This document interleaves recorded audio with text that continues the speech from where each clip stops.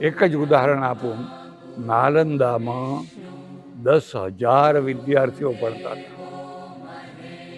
અને 1,000 આચાર્યો હતા. મોહમ્મદ બખ્તિયાર ખાલી 250 ઘોડેસવારો લઈને ગયો, 250 ઘોડેસવારો, 10,000ના માથા કાપી નાખ્યા. અને નાલંદાની જે લાઇબ્રેરી છે દુનિયાની મોટામાં મોટી, સળગાવી દીધી. 3 મહિના સુધી આગ સળગતી રહી. તો 250 માણસો આ 10,000ને કેમ માર્યા?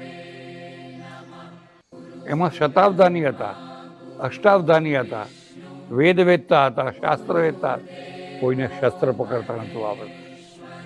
અહિંસા પરમો ધર્મ, અહિંસા પરમો મરો. હવે અહિંસા તો અંગ્રેજો સામે ચાલે, હૈદરાબાદમાં ના ચાલે, જુનાગઢમાં ના ચાલે, કાશ્મીરમાં ચાલે છે. અહિંસા તો અંગ્રેજો સામે ચાલે, કાયદાનું રાજ હતું. એટલે જો ગાંધીજીને હિટલર મળ્યો હોત તો ખબર પડો